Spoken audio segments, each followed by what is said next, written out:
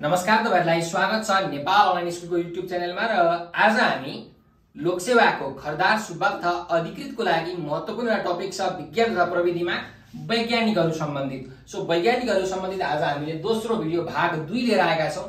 यो भन्दा अगाडि हामीले 5 वटा वैज्ञानिकको कुरा हेरिसकेका छौं। सो आज हाम्रो 6औं नम्बरबाट सुरु हुन्छ र आज हामीले 4 वटा वैज्ञानिकको बारेमा विस्तृत व्याख्या गर्न गइरहेका छौं, जुन तपाईहरुलाई लोकसेवामा यो जीके मा चाहिँ फर्स्ट पेपरमा यस्ता धेरै प्रश्नहरु सोधिएका छन्। कुरा गरौं चाहिँ सुरुमा हाम्रो चार्ल्स डार्विनबाट। त चार्ल्स डार्विनको जन्म सन् 1809 मा चाहिँ इंग्ल्यान्डमा भएको। यिनलाई विकासवादी सिद्धान्तका पिता अर्थात फादर अफ इभोल्युसन भनेर पनि भनिन्छ। र किन यस्तो भनिन्छ भन्दाखेरि उनले एउटा किताब लेखेका थिए ओरिजिन अफ स्पेसिज 1859 एडी मा एउटा आफ्नो साथी अल्फ्रेड रसल वालेसको सहायतामा यो किताब लेखेका थिए ओरिजिन अफ स्पेसिज। र यसमा 6 वटा प्रमुख सिद्धान्तहरु छ, कसरी चाहिँ कुनै कुरा इभोल्युसन हुन्छ, कसरी विकास हुन्छ भनेर। त ती 6 वटा सिद्धान्तहरु के हुन् त्यो पनि हेरौं। सबैभन्दा सुरुमा ओभर रिप्रोडक्सन अर्थात अत्याधिक प्रजनन क्षमता।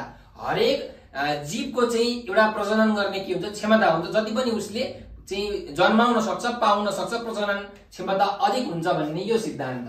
अर्को छ थ्योरी अफ नेचुरल सेलेक्सन, भनेको जन्मिसकेपछि प्रकृतिले नै के गर्छ त उसलाई छनौट गर्छ, उ बच्छ कि बच्दैन, बाँच्छ कि बाँच्दैन भनेर छनौट गर्छ। त्यसलाई हामी भन्छौं थ्योरी अफ नेचुरल सेलेक्सन, प्राकृतिक छनौटको नियम। त्यसपछि अर्को छ स्ट्रगल फर एक्जिस्टेन्स, प्रकृतिले छनौट गरिसकेपछि उसले बाँच्नको लागि संघर्ष गर्छ। त हामीलाई थाहा छँदैछ जीवन संघर्ष हो, संघर्ष नै हो जीवन। सो यही थ्योरी हो स्ट्रगल फर एक्जिस्टेन्स, बाँच्नका लागि संघर्ष। त्यसपछि अर्को छ हाम्रो सर्भाइभल अफ द फिटेस्ट। अब उसले संघर्ष गर्छ, संघर्ष गरिसकेपछि यदि ऊ सक्षम छ भने ऊ बाँच्छ, नत्र भने ऊ बाँच्दैन। यो हाम्रो चार्ल्स डार्विनको चौथो सिद्धान्त छ। र यो जुन सर्भाइभल अफ द फिटेस्ट भन्ने सिद्धान्त छ, उनले चाहिँ माल्थसको यो जनसंख्या सिद्धान्तबाट प्रभावित भएर यो सिद्धान्त दिएका हुन्। माल्थसको जनसंख्याको सिद्धान्तले के भन्छ भने जुन खाना छ हाम्रो संसारमा त्यो चाहिँ अर्थमेटिक प्रोग्रेसन एपीमा बढ्छ भने जो खाने जीवहरु छन् त्यो चाहिँ जीपीमा बढ्छन् जोमेट्रिक प्रोग्रेसनमा। एक्जाम्पलको लागि यसरी बुझ्नुस् कि खाना चाहिँ 2 बाट 4 हुन्छ, 4 बाट 6, 6 बाट 8, 8 बाट 10, 10 बाट 12 यसरी हुन्छ भने जो खाने जीवहरु छन् त्यो चाहिँ 2 बाट 4, 4 बाट 8, 8 बाट 16, 16 बाट 32, 32 बाट 64 हुँदै जान्छन्। यो नै जनसंख्याको सिद्धान्त हो माल्थसको। अर्को छ चार्ल्स डार्विनको पाँचौं सिद्धान्त भेरिएसन एन्ड हेरिडिटी। जब ती सक्षम जीवहरु बाँच्छन् तिनीहरुमा के हुन्छ भन्दाखेरि आफ्नो बुवा आमासँग मिल्ने गुणहरु पनि आउँछ, जसलाई हामी वंशानुगत गुण भनेर भन्छौं। र केही चाहिँ भेरिएसन पनि आउँछ, केही परिवर्तन पनि आउँछ।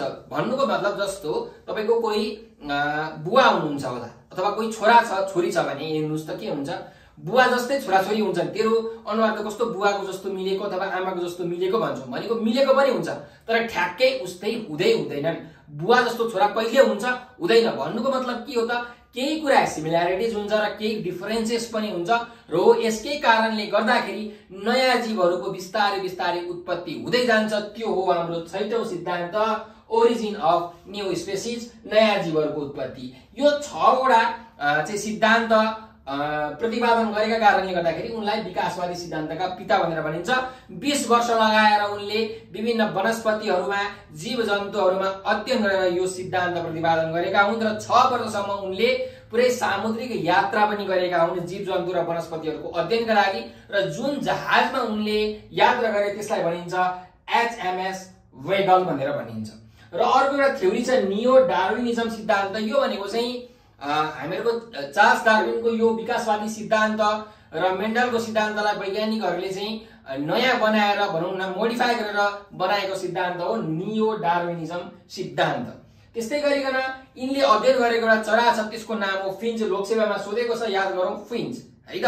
त्यस्तै यिनको भनाइ छ a man who dares to waste an hour life has not discovered value of life, भनेको कोही मान्छेले आफ्नो जीवनको 1 घण्टा पनि खेर फाल्छ भने उसले अहिलेसम्म आफ्नो जीवनको मूल्य पत्ता लगाएको छैन भन्ने यो प्रसिद्ध भनाइ चार्ल्स डार्विनकै हो। र अर्को यिनको फेमस किताब छ डिसेन्ट अफ मैन। यो पनि याद राख्नु होला। प्रमुख 2 वटा कृति अरु पनि छन् तर डिसेन्ट अफ मैन र ओरिजिन अफ स्पेसिज सोधेको छ, त्यही भएर तपाईहरुले यो याद गर्नु।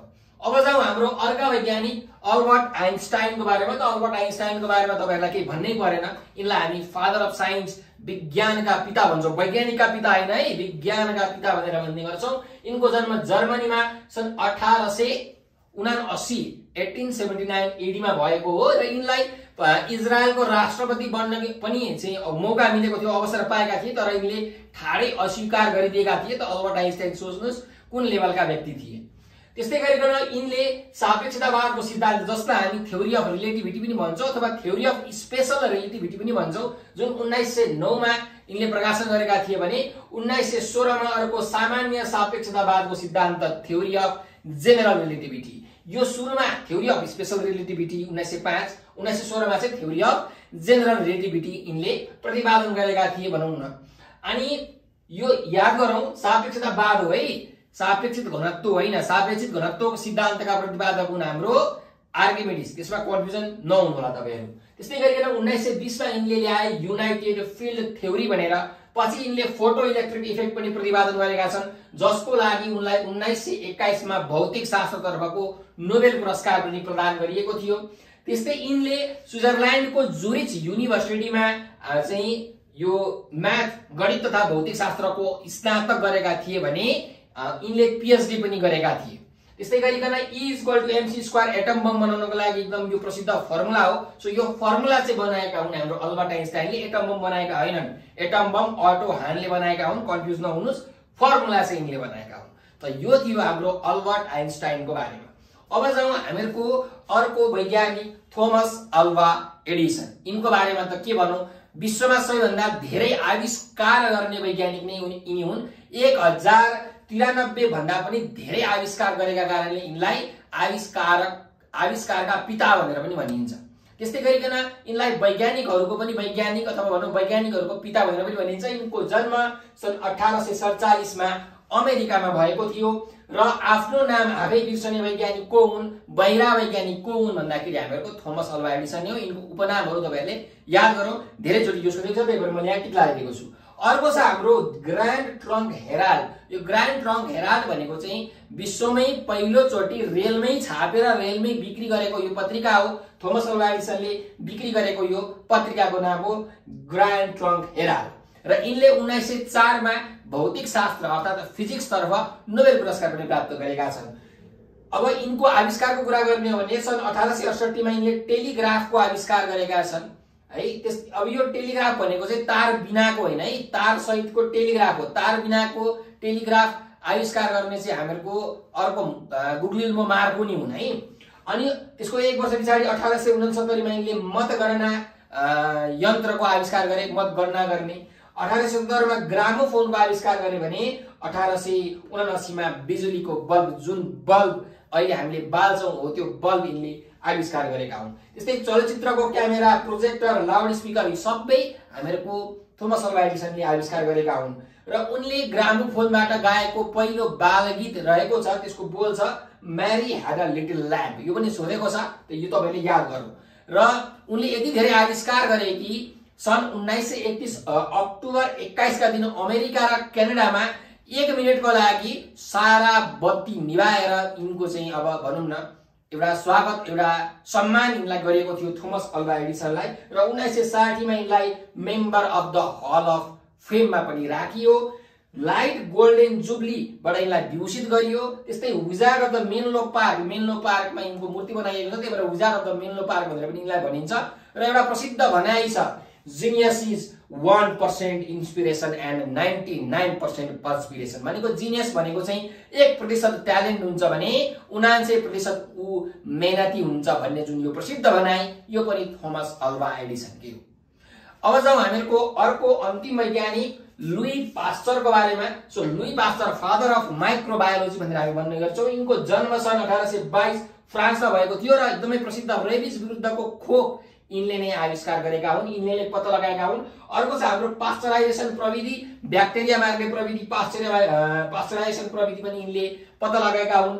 जर्म थ्योरी पनि यिनले नै प्रतिपादन गरेका हुन्। कुनै पनि तरल पदार्थलाई आधी घण्टासम्म 55 डिग्री सेल्सियसमा राख्ने हो भने त्यसमा भएका जीवाणुहरू, ब्याक्टेरियाहरू सबै मर्छन् भनेर प्रमाणित गर्ने चाहिँ वैज्ञानिक हुन् लुई पास्चर। यिनले हामीहरूको यो डक्टरको फिल्डतिर भनौँ न, मेडिकलको फिल्डतिर एकदमै ठुलो योगदान दिएका छन्। रेबिज विरुद्धको खोप, क्षयरोग विरुद्धको, त्यस्तै गरिकन यहाँ हामीले अरू पनि हेर्न सक्छौँ ठेउला विरुद्ध, हैजा विरुद्धको विभिन्न आविष्कारकहरू, खोपहरूको आविष्कार यिनले गरेका छन्। र क्रिस्टलोग्राफीका विश्व वैज्ञानिक भनेर पनि हामी चिन्छौँ लुई पास्चरलाई। सन् 1875 मा यिनले क्षयरोग विरुद्धको चाहिँ औषधिको निर्माण गरेका छन्। त्यस्तै मैले भनिहालेँ फादर अफ माइक्रोबायोलोजी यिनलाई भनिन्छ भने हाइड्रोफोबिया, पानीसँग डर लाग्ने रोगको उपचार विधि पनि यिनले पत्ता लगाएका छन् लुई पास्चरले। वास्तवमा लुई पास्चर नहुने हो भने अहिले हामी सायदै कोही पनि बाँच्दैन थियौँ होला। त्यति बेलाको युद्ध, त्यति बेला पुरानो समयमा एकदमै धेरै युद्ध हुन्थ्यो र युद्धको बेलामा चाहिँ आर्मीहरूलाई, योद्धाहरूलाई धेरै घाउ लाग्थ्यो र त्यो घाउमा विभिन्न ब्याक्टेरियाहरूले चाहिँ आक्रमण गरेर तिनीहरूको छिटै निधन हुन्थ्यो। र लुई पास्चरले त्यो टेक्निक पत्ता लगाए कसरी यिनीहरूलाई चाहिँ बचाउन सकिन्छ भनेर। त्यही कारणले गर्दाखेरि लुई पास्चरलाई हामीले कहिले पनि बिर्सन सक्दैनौँ। त ये थिए 4वटा वैज्ञानिकहरूको बारेमा एकदमै विस्तृत जानकारी। सो हाम्रो विज्ञान तथा प्रविधिको वैज्ञानिकको भाग 2 भिडियो यही अन्त्य भएको छ। भाग 3 लिएर म छिटै नै आउनेछु। 3 जेलसम्मको लागि बिदा दिनुहोस्। हस्त नमस्कार।